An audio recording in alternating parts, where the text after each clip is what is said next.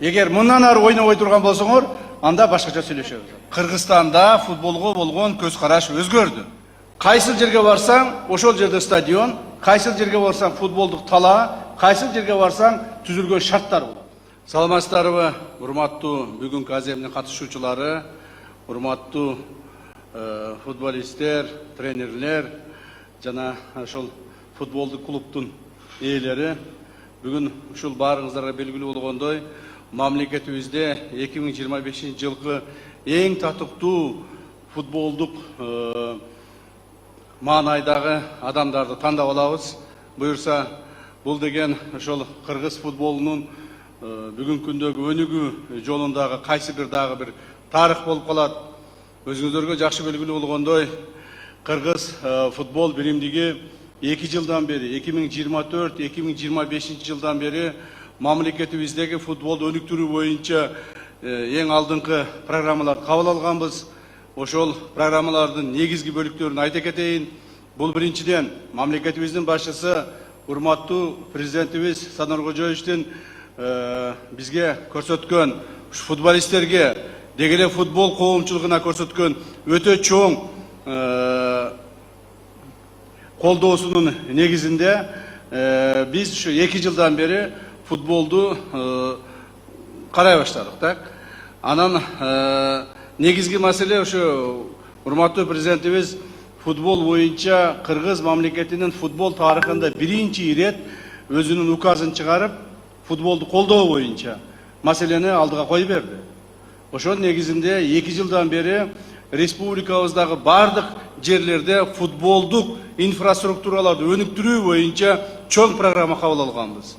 Мына өзүңүздөр жакшы билесиздер, 2024 жылы, 2025 жылы бир нече ондогон футболдук талааларды, футболдук базаларды, футболдук стадиондорду республика боюнча куруп ишке бердик. Ошол негизинде бүгүнкү күндө Кыргызстанда миңдеген, бир нече миңдеген балдарыбыз футбол менен машыга баштады. Демек, Кыргызстанда футболго болгон көз караш өзгөрдү. Мына мамлекетибиз футболго болгон өзүнүн көз карашын өзгөрттү. Демек, мамлекет тарабынан түзүлгөн ушул шарттарды колдонуу мындан ары эми футболисттерге гана көз каранды болот. Мындан ары футболисттерибиз жакшылап футболду ойнош керек. Өздөрүнүн жанагы чеберчилигин көрсөтүш керек. Мамлекетибиздин ичинде, мамлекетибиздин сыртында футболду чоң деңгээлге көтөрүш керек. Себеби футбол бул жөн эле оюн эмес, бул жөн эле спорттук мелдеш эмес. Бул бүгүнкү күндө коомубузда эң чоң ушул социалдык жактан колдоо боюнча дагы өз ордун ээлеп турат. Ошондуктан мен ойлоймун, биздин футболисттерибиз мындан ары көптөгөн жакшы жетишкендерге жетет деген ойдомун. Андан сырткары, мына бүгүн мындай болуп атат, мындай төп келип калган деп коет го, жанагы төп келип калган айтайын. Бүгүн биздин олимпиадалык жаштар курама командабыз 23 жашка чейинки Азия кубогуна Кыргызстаныбыздын тарыхында биринчи ирет жөнөп атышат. Бүгүн саат 12-де буюрса жөнөп кетишет. Бул деген 6 январдан баштап Сауд Арабиясында 16 Азиядагы эң күчтүү 16 команданын ичинде Кыргызстан дагы ошол олимпиадалык командабыз күч сынаша баштайт. 6 январда биринчи оюну болот. Ошондуктан мына бүгүн ушул трибунадан туруп, силердин алдыңарда туруп, футболдук кечени ачып жатып, мен ошол биздин балдарыбызга, спортчуларыбызга ак жол каалап коет элем. Балдарыбызга ушул ийгиликтерди каалап коет элем. Себеби бул да болсо биздин мамлекетибиздин чоң мындай престижи болот. Урматтуу футболисттер, дагы бир жолу сиздерди ушу бүгүнкү ала турган сыйлыгыңыздар менен куттуктап кетемин. Сиздер чынында эң татыктууларсыздар. Эң татыктуу футболисттерди, футболдук функционерлерди, футболдук судьяларды, футболго катышы бар ар бир адамды тандап алууга аракет кылды.